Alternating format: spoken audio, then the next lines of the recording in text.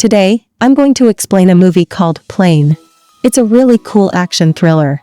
In the beginning of the film, we meet a pilot named Brody at the airport. He's using video call to talk to his daughter and let her know he'll be back soon. Brody is having a conversation with his colleague inside the cabin when his senior officer asks him to come outside. The officer tells him that he has to bring along a criminal named Lewis.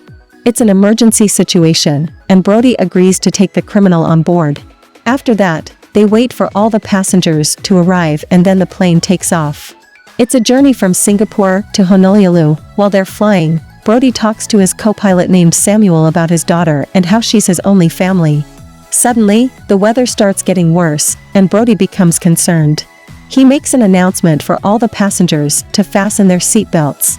He also tries to communicate with the air traffic controller through the radio, but unfortunately, the radio doesn't work because everything is shutting down. In the middle of all this chaos, there's a sudden electrical jolt that shakes the plane. Brody gets scared, but when he sees that the passengers are okay, he feels a bit relieved. However, the lights on the plane start flickering and eventually go out. Just then, the plane experiences another jolt, causing Brody to fall and hurt his head. The passenger's condition also worsens. But before we continue with the story, please subscribe to my channel and hit the bell icon. Now, let's get back to the story. Brody goes back to the cockpit and tries his best to regain control of the plane. The problem is that the view from the front is not clear, and they have to bring the plane down safely with the passengers. Otherwise, if there's another jolt, the plane will be destroyed. The passengers immediately start working together to bring the plane down. However, there's a woman who unbuckles her seatbelt, and an officer does the same. As a result, they collide with the plane forcefully, and sadly, both of them died instantly. Now, the plane started descending really fast, but Brody and Samuel managed to regain control. Brody told the flight attendant to take care of the passengers while they searched for a nearby airport to land. However, they realized there was no airport nearby, but they noticed they were flying over an island. So, they decided to consider landing on that island. Brody and the crew member skillfully performed an emergency landing, safely bringing the plane down and saving the lives of the passengers. After landing, they realized that there was still some electricity on the plane. Brody then instructed everyone to leave the plane. Meanwhile, Scarsdale, the owner of the airline, discovered that their plane had vanished from the radar, but he had no idea where it had landed. The flight attendant approached Brody and informed him that the officer who had brought Lewis on board had died. Brody felt a bit disappointed upon hearing this news, but he quickly reassured everyone to remain calm and assured them that they would leave that place very soon. He promised them food and drink, and since there was still electricity on the plane, they would try to contact someone as soon as possible. In the meantime, Scarsdale contacted a rescue officer to search for the plane and save the passengers.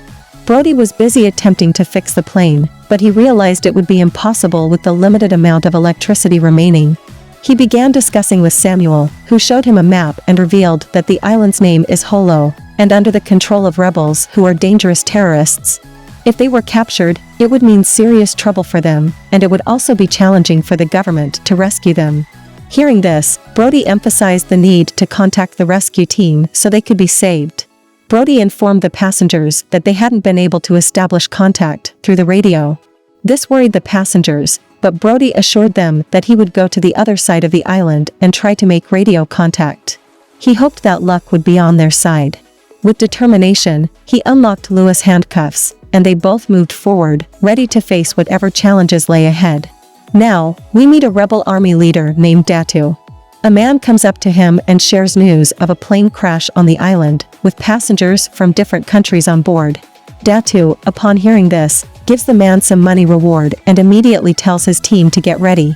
They have many passengers on the island to capture and rob them. Scene shifts to the jungle. Brody and Lewis continue moving ahead. Lewis asks Brody why he released him and where they're headed. Brody explains that he couldn't risk everyone's safety because of him.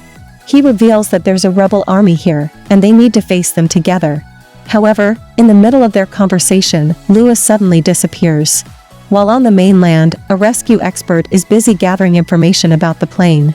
In a video, he witnesses Brody fighting and overpowering a passenger. Impressed by Brody's fighting skills, it is revealed now that Brody was a former Royal Air Force pilot. The rescue expert contacts a leader from a private company and advises them to be prepared. Continuing their journey through the jungle, Brody enters an empty factory where he finds a locked radio device. After fixing it, he calls a helpline but is unable to provide his location due to a disrupted line. Then, he gets an idea and shares all the details with his daughter over a phone call, instructing her to inform his office.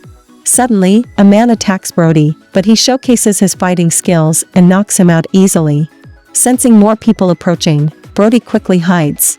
However, he soon realizes that it's Lewis who has returned, having defeated several thugs and retrieved their weapons. Lewis hands him some weapons to Brody. Together, they enter the basement and discover a camera. Upon checking those videos, they realize that it's a torture center when victims' videos are made for ransom money. Now they know that these people are stuck. So, they both jump into the car parked outside and start driving towards the plane. In the scene, we can see the rebels reaching the passengers and shooting guns. Brody and Lewis also hear the sound of gunfire. Datu asks Samuel for the passenger list. The air hostess quickly hands him the list, and he checks it and asks Chief Pilot Brody where he is. Meanwhile, a woman tries to escape, but the rebels shoot and kill her. When Brody hears this, he wants to help, but Lewis stops him. The rebels have taken all the passengers hostage on a bus and ordered 2 rebels to take valuable items from the plane. Then they leave with the rest of the passengers, and Brody asks Lewis why he stopped him. Lewis says we can't fight so many terrorists alone. They move towards the plane and capture the 2 rebels who were looting. Brody asks them at gunpoint where they have taken his passengers. They point to an empty factory and say that the passengers must be there. Now, Brody's daughter informs the rescue expert about the plane, and he tells the owner of the plane company, Scarsdale. Scarsdale immediately orders a rescue team and a private team to be sent there. The rescue team quickly locates the island. Now the plan is private team will go first. Meanwhile, Brody and Lewis are driving towards the factory in a car. When they arrive, they secretly enter. The rebels were making videos of all the passengers there. The private team also reaches the plane, but they don't find anyone there. The team leader goes inside the plane to check, and they discover 2 dead bodies. They also find a message left by Brody, which shows the way to the factory. Meanwhile, Brody and Lewis hide after attacking and capturing the 2 rebels, and they brutally kill them. They continue through a secret passage and arrive outside a room where all the passengers are being held captive. There are many rebels there, and when Lewis sees them, he gets very angry. He grabs a hammer and starts fiercely attacking the rebels, showing incredible action. Then Brody takes a key from a rebel and sets all the passengers free. He instructs them to board the plane because he had called the rescue team on the radio, and they would be arriving soon. He then guides everyone onto the bus. Just then, Lewis approaches him and informs him that there are many rebels outside, making it extremely difficult to escape directly.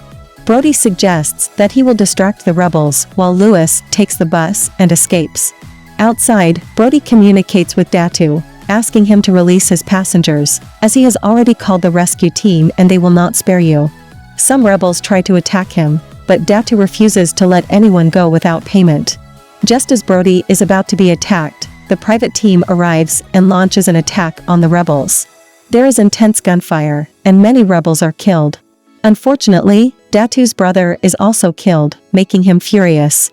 He commands his rebels not to let anyone escape alive, and they engage in a fierce battle. Meanwhile, in the car, Brody talks to the leader of the private team. The leader explains that they are a small team who came specifically to rescue Brody, but the full rescue team will take some time to arrive. Upon hearing this, Brody becomes a bit anxious, but then suggests that he has an idea. Now, the group reaches the plane, where Lewis had already brought the passengers. Brody instructs all the passengers to get on the plane because they will fix it with the help of the private team and depart soon. Hearing this, the passengers quickly board the plane. Brody joins the leader of the private team to work on fixing the plane when suddenly the rebels arrive and launch a surprise attack. The private team retaliates swiftly, and another intense gunfight ensues. However, the private team has a skilled sniper who takes down several rebels with incredible accuracy.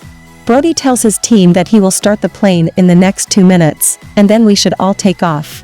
He thanks Lewis for helping us. Showing great courage, Brody reaches the plane and starts it with his co-pilot. Lewis has no more bullets left. When he checks the bag of the private team, he finds it loaded with money. Instead of taking the money, he grabs bullets from another bag and starts shooting at the rebels again. By that time, Brody has already turned the plane around. The private team also starts getting on the plane. Everyone gets on the plane, except Lewis, who takes the bag of money and runs away. The rebels begin attacking the plane, and one rebel is about to launch a rocket at the plane when Lewis sees him and shoots him down. Brody is really happy when he sees this and continues with the takeoff. During the takeoff, Datu unfortunately dies, and Lewis is relieved to leave. Brody takes the plane away from the island. Now, Scarsdale tells Brody about an airport that is not too far away. On the way, the plane encounters another problem and they have to make an emergency landing, which leads them into the jungle. Everyone is relieved and happy that their lives were saved, and Scarsdale is also relieved that his passengers are now safe. Brody and his partner are relieved that they escaped from the rebels. After a short while, the rescue team arrives, and all the passengers are delighted. They applaud Brody for his bravery, and he sends them all with the rescue team. Finally, he talks to his daughter, who is happy that her father is alive. And that's how the film ends. If you liked the explanation, please consider subscribing to the channel.